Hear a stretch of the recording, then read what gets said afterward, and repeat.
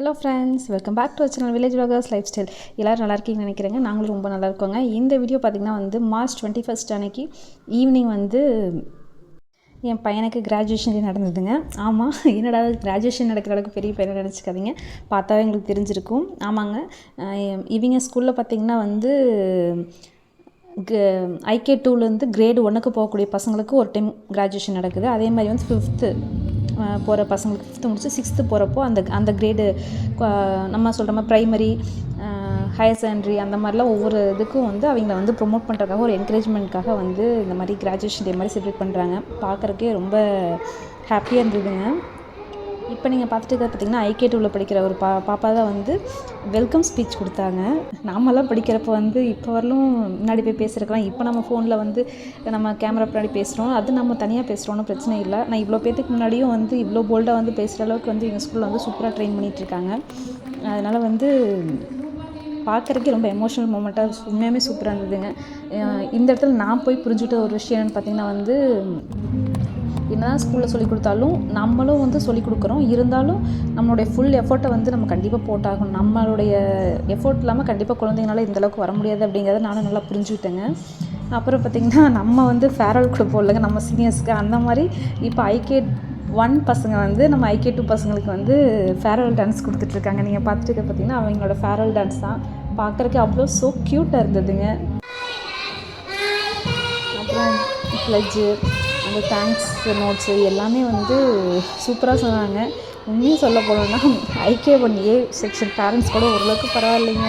அவங்களாம் கூட கொஞ்சம் அமைதியாக வந்து பார்த்துட்டு இருந்தாங்க. அதுக்கப்புறம் நாங்கள்லாம் போனோம். எல்லாருமே அடுத்தடுத்த செக்ஷன் வர வர எல்லா பேரண்ட்ஸும் எந்திரிச்சு கிட்டேயே போய் நிற்க ஆரம்பிச்சிட்டாங்க. அதில் பிரின்ஸிபல் மேம் கொஞ்சம் தள்ளி நில்லுங்க அப்படின்னு சொல்கிற அளவுக்கு நாங்கள் போய் நின்று ஃபோட்டோஸ் வீடியோஸ் எல்லாம் எடுத்துகிட்டு இருந்தாங்க. எல்லாத்துக்குமே ரொம்ப ஹாப்பி மூமெண்ட்ஸாக இருந்ததுங்க. ரொம்ப சூப்பராக இருந்தது. இன்னும் ஒரு 5 days 1 week தான் லீவு. கரெக்டாக வந்து ஃப்ரைடேலேருந்து ஸ்கூல் ஓப்பன் பண்ணிட்டாங்க. இவங்களுக்கு வந்து மார்ச் 28 ஓப்பன் பண்ணி ஏப்ரல் 25 வரல ஸ்கூல் இருக்குதுங்க.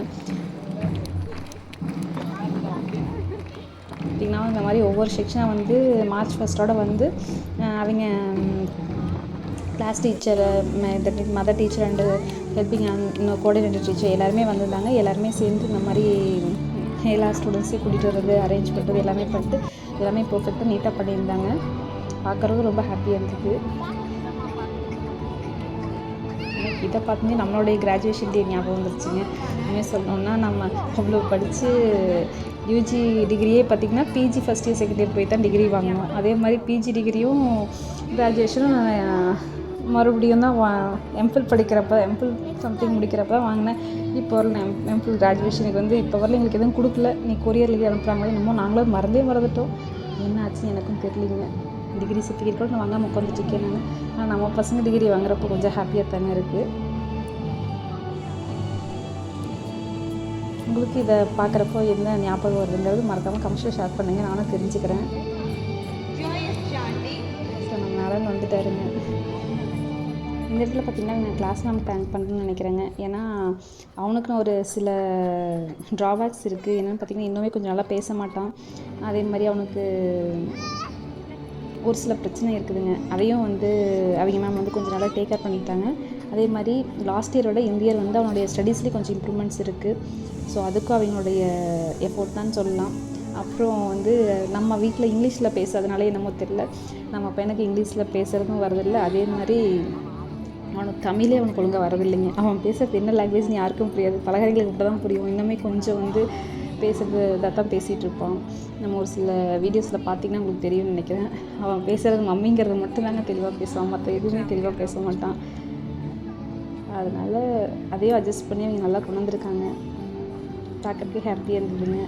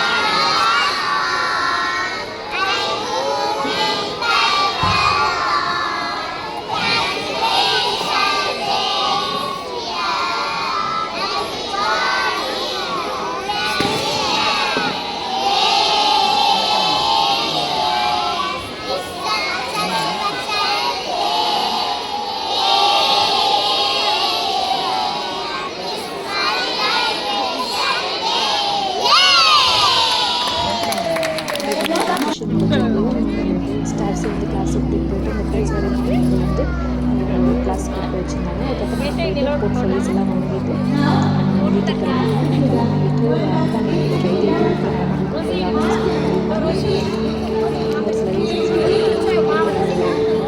ஆயிடுச்சு. ஊருக்கு நல்லா போகவே இல்லை.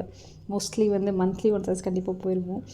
அவ்வளோதான். அவங்க அப்பாவோட போயிட்டு அங்கேயே இருந்துட்டு மறுபடியும் ஸ்கூல் ரீஓப்பன் தான் நாங்கள் 3 பேர் ரிட்டர்ன் ஆக போகிறோங்க. உங்களுக்கெல்லாம் லீவு வந்து எப்படி ஸ்டார்ட் ஆகுது, லீவை நீங்கள் வந்து எப்படிலாம் பிளான் பண்ணி வச்சுருக்கீங்க அப்படின்னு கமெண்ட்ஸில் ஷேர் பண்ணுங்கள், நானும் தெரிஞ்சுக்கிறேன். தேங்க்ஸ் ஃபார் வாட்சிங் திஸ் வீடியோ.